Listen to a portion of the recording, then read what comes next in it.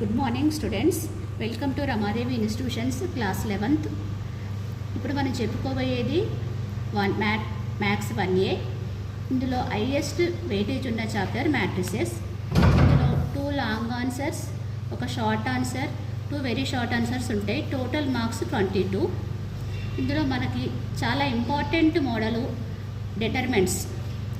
Long answer, ఇప్పుడు question show that determinant b plus c, c plus a plus b, c plus a plus b, b plus c, a plus b, b plus c, c plus a is equal to 2.